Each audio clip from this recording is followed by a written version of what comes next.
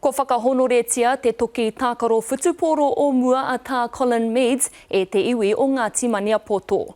No te rānei ka pōhiritia atu te taonga o te mate me tana whānau ki runga i te marae o te tokanga nui a noho.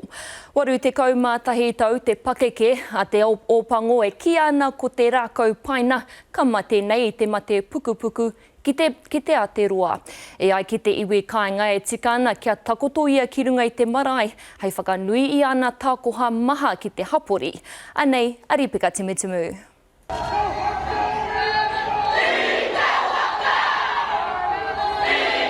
E tangihia ana te taonga o te mate e te iwi whānui.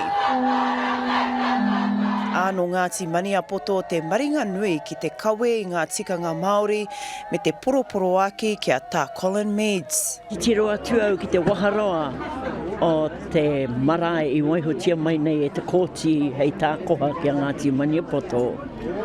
Ka kite au i tōna wairua e uru mai ana. Koe nei te tino. Ka heke te roimata, ka heke te aroha. No tēnei wiki tonu ka mate te ika āwhiro o te kapa ōpango. Ahakoa o nā toto Pākehā e toro atu ana ake ka wai heke ki te iwi Māori. Wai hoki he uri Māori etahi o ana mokopuna. For the Pākehā system to allow, his family, allow him to be brought here and laid on the foundation of, shall I say, Ngāti Maniapoto, but Tainui Waka, then the honour is ours. Ānā te wairua katakata I hiki ake ai te pauritanga.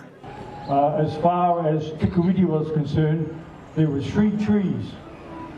One of them was Pine Tree.